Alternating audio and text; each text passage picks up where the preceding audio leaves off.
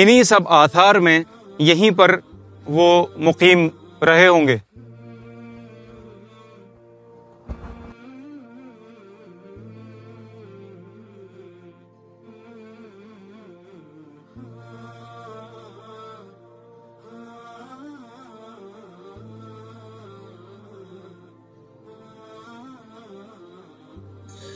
تو یہ اس وقت آپ دیکھ سکتے ہیں کہ ہم اس وقت شہدائے بدر کے بالکل مین ایریے میں اس وقت یہاں موجود ہیں، اور یہاں پر یہ انہوں نے ایک چوک بنائی ہوئی ہے۔ اس چوک پر انہوں نے تمام جو شہدائے بدر ہیں، 14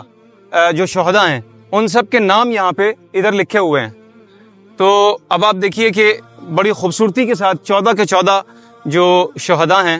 ان سب کے نام یہاں پر اس جگہ پہ درج ہیں، جہاں پہ سب سے اوپر اگر آپ دیکھیں گے تو یہ حضرت عمیر بن ابی وقاص رضی اللہ عنہ، جو کہ سب سے کم عمر صحابی تھے، ان کا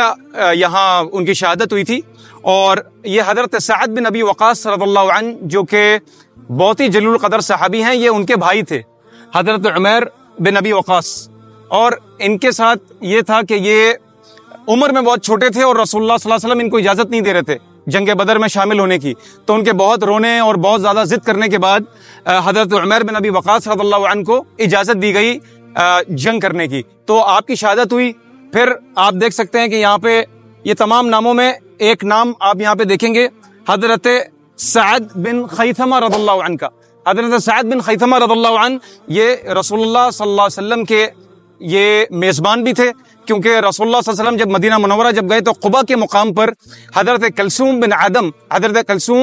حدم رضی اللہ عنہ ان کے گھر پہ رکے، اور حضرت سعد بن خیثمہ رضی اللہ عنہ کے گھر پہ بھی رکے تھے۔ یہاں پر وہ دن کے وقت تمام مہاجرین، تمام انصار، اوس و خزرج کے، ان کو ملا کے ان کے ساتھ مشاورت کیا کرتے تھے۔ تو یہ حضرت سعد بن خیثمہ رضی اللہ عنہ یہ بھی شہید ہوئے۔ پھر یہاں پر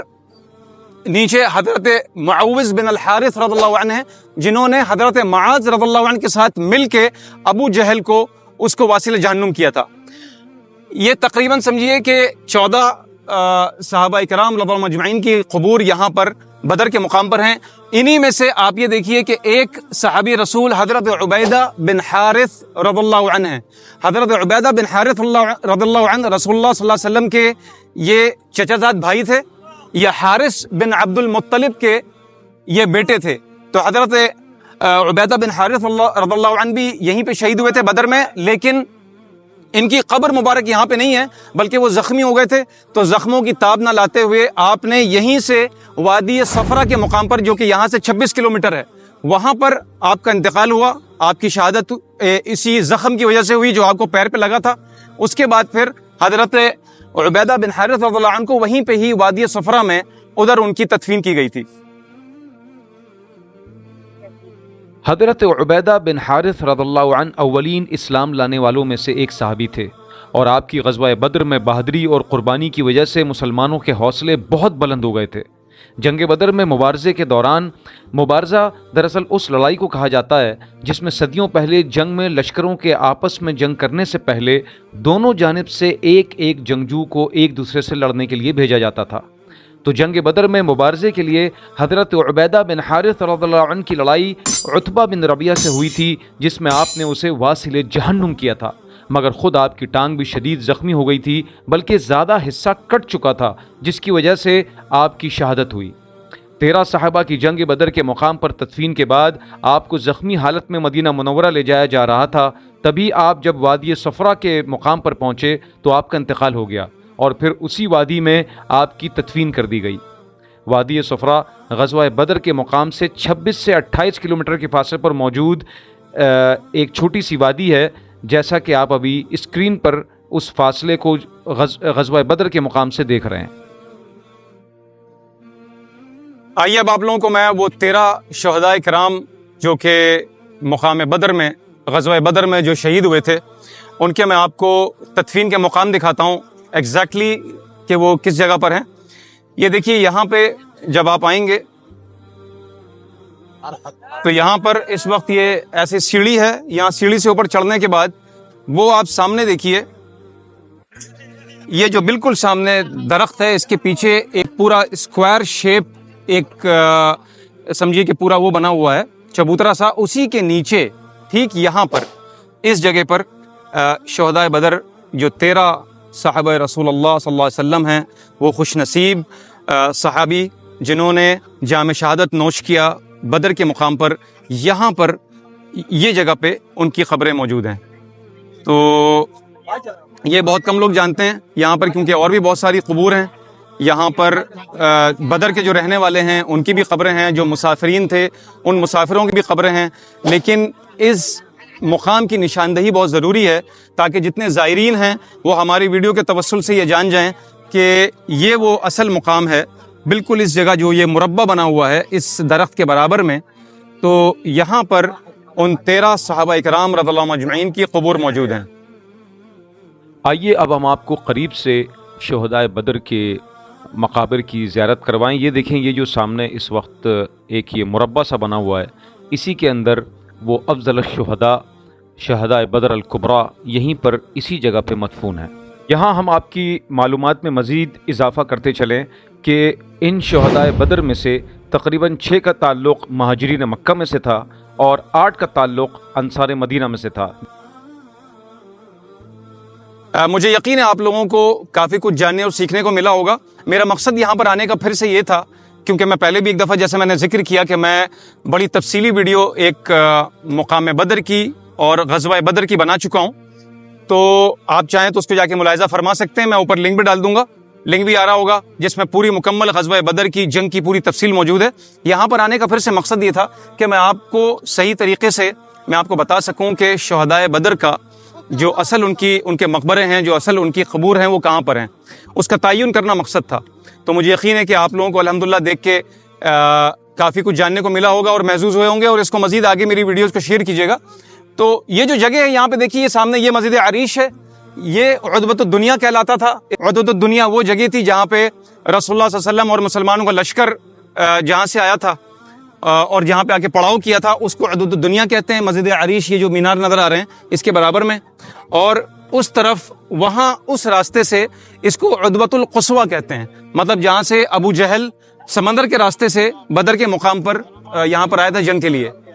اور اسی جگہ پہ کھڑے کھڑے ہی جہاں پہ ہم مقبرے پہ موجود ہیں شہدائے بدر کے، یہاں پہ بالکل پیچھے یہ جو سامنے پہاڑ ہے